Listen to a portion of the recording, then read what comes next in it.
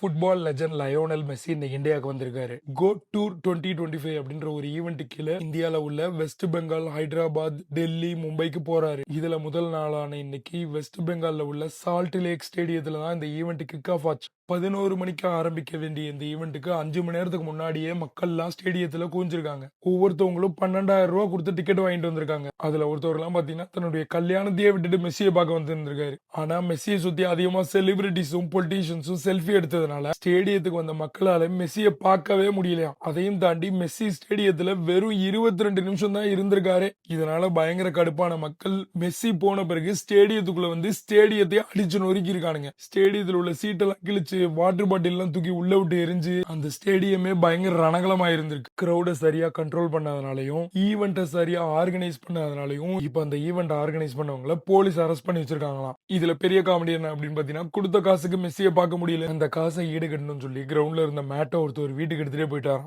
இது மட்டும் இல்லாமல் மெஸ்ஸிக்கு 70 அடிக்கு ஒரு ஸ்டாச்சு வேற வெஸ்ட் பெங்கால்ல வச்சிருந்திருக்காங்க. அந்த சிலையும் அவரே திறந்திருக்காரு.